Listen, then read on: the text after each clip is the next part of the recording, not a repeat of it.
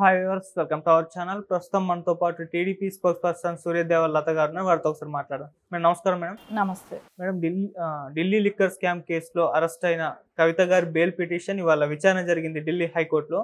మరి ఏం జరిగింది? ఆమెకు బెయిల్ వచ్చే పరిస్థితి ఏమైనా కనిపిస్తుందా? ఇప్పుడు ఇచ్చారా లేదా మేడం? కవిత గారి విషయం తీసుకుంటే ఆవిడది అంటే సాగతీత జరుగుతున్నట్టు సాగదీస్తూనే ఉన్నారు కానీ ఇప్పుడప్పుడే బెయిల్ వచ్చేటట్టు కూడా ఎక్కడ కనపడటం లేదు. సో కూడా ఈడీను సిబిఐ రెండు కలిపి రెండు చోట్ల బెయిల్ తీసుకోవాల్సి వస్తుంది. సో ఇప్పటికేమో సిబిఐ ఇంకా రెడీగా లేదు.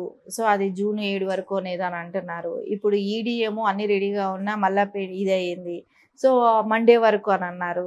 సో ఇవన్నీ కేసులు జరిగి వాయిదాలన్నీ కంప్లీట్ అయ్యి ఆర్గ్యుమెంట్స్ నడిచిన తర్వాత తనకు బెయిల్ వచ్చే అవకాశం ఉంది. తను బయట వస్తేనేమో మ్యానిపులేట్ అవుతుంది, తను సాక్షుల్ని మభ్యపెట్టే అవకాశం ఉంది, వాళ్ళని ఇన్ఫ్లుయెన్స్ చేసే అవకాశం ఉంది. కాబట్టి ఖచ్చితంగా తనకి బెయిల్ ఇచ్చే పరిస్థితి అయితే ఇప్పుడిప్పుడే కనపడడం లేదు. ఈ ప్రాసెస్ అంతా అవ్వాలి అని అంటే టైం పడుతుంది. అంత టైం వరకు తను ఖచ్చితంగా ఉండాల్సి వస్తుంది. ఇంకోటి ఏంటంటే కేజ్రీవాల్ గారికి వచ్చింది అని అంటే అన్నిటికీ సెంటర్ ఆఫ్ పాయింట్ లాగా కవిత గారే కనపడుతున్నారు. ఇక్కడ అందరికీ చుట్టూ ఉన్న వాళ్ళకందరికీ బెయిల్ వచ్చింది. కానీ ఇక్కడ కవిత గారి విషయం తీసుకుంటే కవిత గారికి బెయిల్ వచ్చే అవకాశం అయితే ఇప్పుడు అప్పుడే కనపడటం లేదని అనిపిస్తుంది. ఎందుకంటే కింగ్ పిన్ ఈవిడే అనేది అయితే అందరూ చెప్తున్న విషయాల్లో నుంచి ఫస్ట్ ఈవిడ పేరే బయట వస్తుంది. సో వాళ్ళందరూ కూడా మిగతా వాళ్ళు అప్రూవల్గా మారటం మూలాన వాళ్ళకి బెయిల్ రావటం కూడా జరిగింది. సో కేజ్రీవాల్ గారేమో ఇప్పుడు ఎన్నికల ప్రచారం కాబట్టి అని చెప్పి అడిగి తీసుకున్నారు. కానీ రేపు ప్రచారం అయిపోయిన తర్వాత మళ్ళీ ఆయన ఏం చెప్తారో కూడా తెలియట్లేదు. మళ్ళీ పరిపాలన మీద దృష్టి పెట్టాలన్నా ఏం పెట్టినా కూడా నువ్వు లోపలుండి కూడా ఇప్పటి వరకు సీఎంగా ఆయన లోపలుండి నడిపించినట్టే రేపొద్దున ఆయన పరిస్థితి ఏమవుతుందో కూడా తెలియట్లేదు.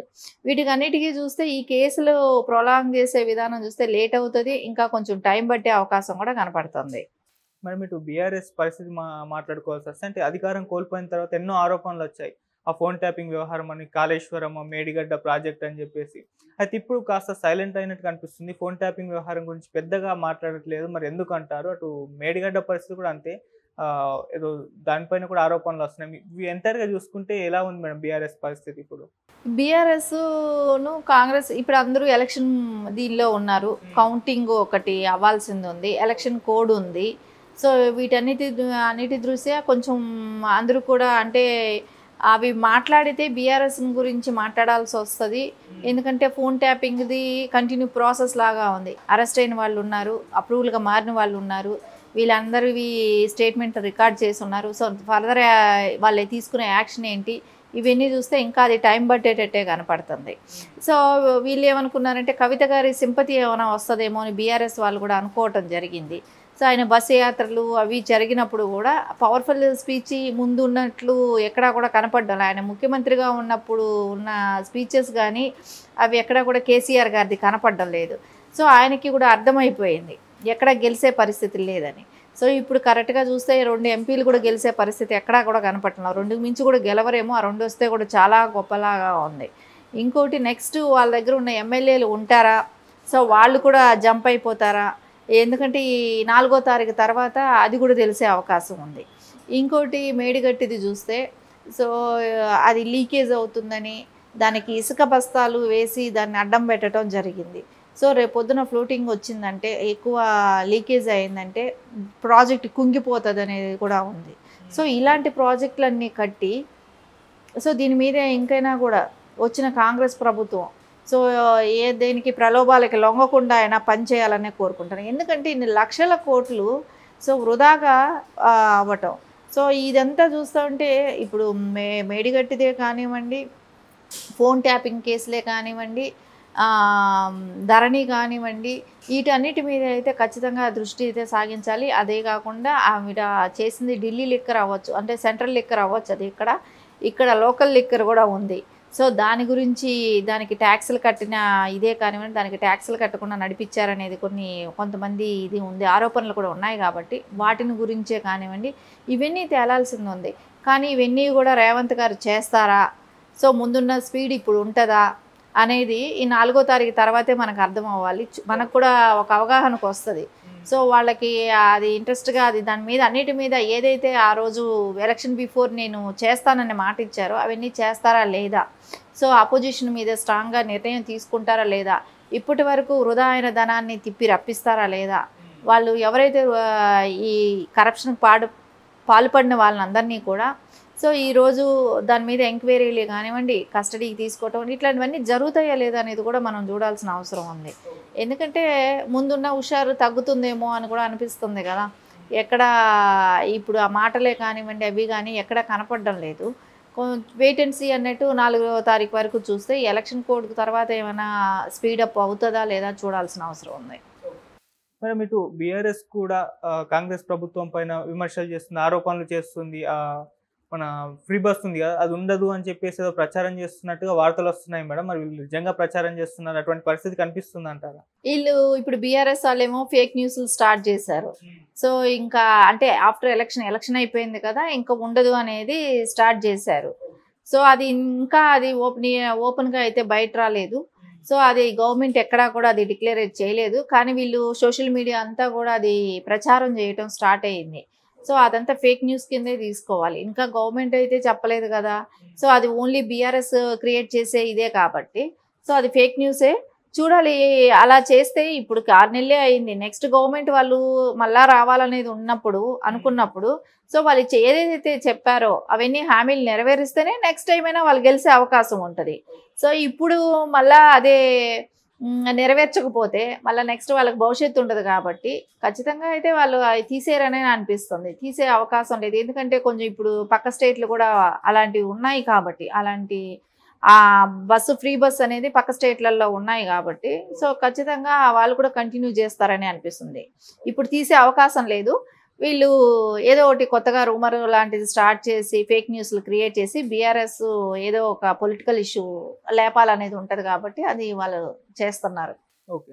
సో మేడం ఇప్పటి పార్లమెంట్ ఎలక్షన్స్లో బీఆర్ఎస్, కాంగ్రెస్, బీజేపీ వీళ్ళ పరిస్థితి ఏంటి అంటే దాదాపు ఎంతవరకు సీటు గెలవచ్చు అంటారు మీ ఒపీనియన్లో? అంటే నా వచ్చే ఒపీనియన్ ప్రకారం ఏంటంటే కాంగ్రెస్ ఎక్కువ సీట్లు గెలిచే అవకాశం అయితే ఉంటుంది. తర్వాత బీజేపీ, సో బీఆర్ఎస్ 1 or 2 గెలిస్తే అవే ఎక్కువ. సో వాళ్ళ పరిస్థితి అంత గెలిస్తే కూడా అది ఏదైనా మెదక్కు గెలిచే అవకాశం ఉందేమో అనిపిస్తుంది. అంతకు మించి అయితే అన్ని టఫ్ ప్లేసులుగానే ఉంది వాళ్ళ పరిస్థితి. ఖచ్చితంగా కాంగ్రెస్కే ఎక్కువ సీట్లు అధికారంలో ఉంది కాబట్టి కాంగ్రెస్ ఎక్కువ సీట్లు గెలిచే అవకాశం ఉంది. Second place BJP. అంటే ఎప్పుడు కూడా మంగళగిరిలో తెలుగుదేశం గెలవలేదు అన్నమాట. ఆయన గెలిచే సీటు కావాలంటే ఇప్పుడు జగన్మోహన్ రెడ్డి ఉన్నాడు, పులివెందుల వాళ్ళ నాన్నగారిది. సో అక్కడ వెళ్ళి వేయటం కాదు కదా, అక్కడ ఎవరైనా వేస్తారు. ఇప్పుడు అదే లోకేష్ గారు వెళ్ళి కుప్పంలో వేస్తే గెలవరా? సో వాళ్ళ నాన్నగారు ప్లాట్ఫామ్ క్రియేట్ చేసిన దానిలో వెళ్ళి ఎవరు వేసినా గెలుస్తారు. అది కాదు కదా, ఆయన సొంతంగా ఆయన ఎప్పుడు గెలవని ప్లేస్లో, ఎప్పుడు అధికారం రాని ప్లేస్లో కూడా వెళ్ళి అక్కడ నిలబడి గెలవాలనే ఒక తాపత్రయం, పట్టుదల కలిగిన వ్యక్తిగా నారా లోకేష్ గారిని అక్కడ చూడాలి. కానీ సో ఓడిపోయారని అంటే ఎంతమంది ఓడిపోలేదు?